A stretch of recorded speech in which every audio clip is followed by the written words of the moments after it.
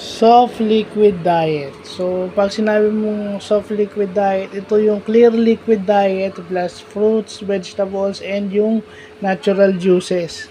So, ibig sabihin, wala rito yung mga artificial sweetened drinks, yung mga sport drinks, wala nun. Yung mga powder mixers, wala nun. So, for example dito, kung kailangan mo magpiga ng kalamansi para lang mag-ano ka, natural, yun ang gagawin mo. Kasi alam naman natin na ang end product ng ating digestion is liquefied food. Diba? Liquefied food yan. Ang ina-absorb ng ating katawan after digestion is liquid substances.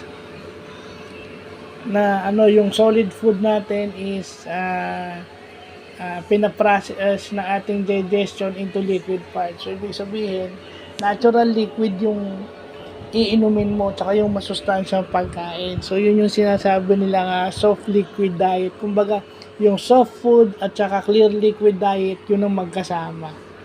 So, yun yung bago natutunan natin ngayong araw. So, yun lang po.